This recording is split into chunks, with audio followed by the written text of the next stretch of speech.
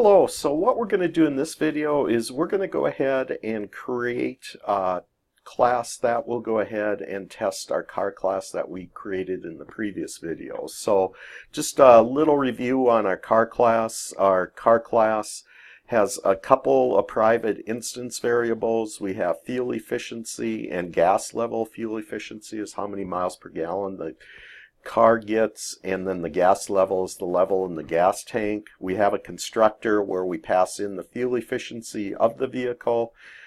We set that as our fuel efficiency to our fuel efficiency variable, and then we set our gas level initially to 0.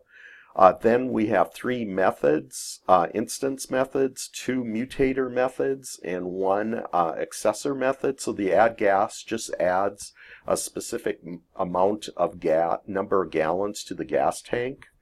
The drive method, basically we pass in how many miles were driven, and then we go ahead and reduce the gas level based on the fuel efficiency of the car. And then our accessor method is used to get our gas level, so that will return the amount of gas that's left in the gas tank.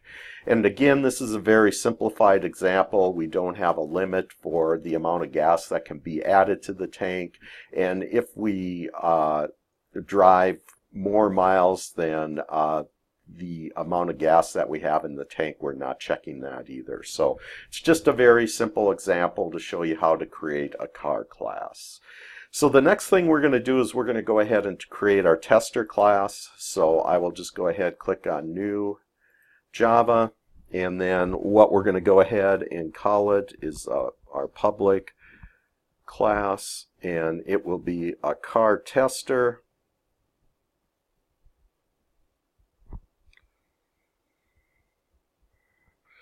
And we'll just go ahead and add a quick comment up above, class to test our car class. And then our tester class will have our main method that'll drive the program. So we'll just call it public static void main. Make sure we pass in our string of args.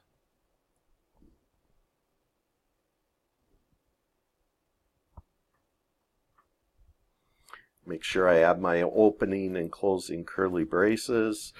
Okay, so in our tester class, the first thing we're going to do is just create a car object. So we'll call it a car, and I'll call it my car, and it'll equal to a new car, and it's a very large car, so we're only getting 15 miles per hour. So 15 miles per gallon when we drive the car. So if you go ahead and look at this first statement, we're creating an object called car. We're going to store it in the my car variable, and then on the right hand side we're passing in the fuel efficiency, which is required to use the car constructor. So what we're going to do next then is we're going to go ahead and call the car's methods to go ahead and test them to see that they're running correctly. So the first thing we need to do is we need to specify the object, which is my car. We're going to go ahead and add some gas to it. We'll add 25 gallons of gas to the tank. The next thing we need to do is test our drive method. So again, what we're doing with the drive method is we're passing in the number of miles that we've driven. So we will drive 150 miles. And then finally what we need to do is we need to go ahead and test our final method, which is the get gas level method. So what I'm going to do here is I'm just going to go ahead and print the information out, system.out.println, and what we're going to print out is you have plus, and then we need to go ahead and call our get gas level method.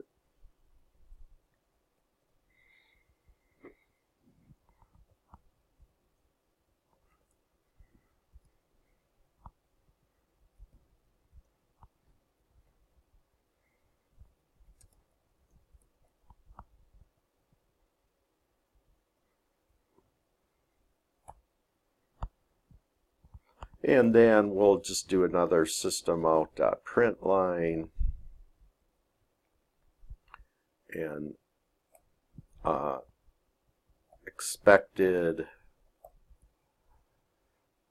value is, okay, so what we're doing here is we're driving 150 miles, so that's we're using 10 gallons of gas. We put 25 gallons of gas in the tank, so our expected remaining gas level should be 15 gallons.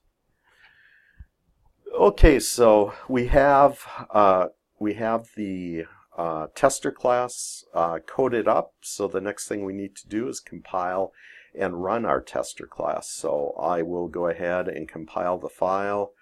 I need to specify a file name. We'll leave it as the default car tester. We'll go ahead and save that.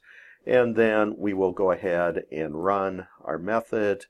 And you have 15 gallons of gas left in your tank, and the expected value is 15. So based on that short little tester class, it looks like the car class is running correctly. We could always go ahead and create additional car objects to continue to test the class, but we've tested the constructor and we've tested the 3 methods in our class, so it seems to be running correctly. So that's all I have for this video.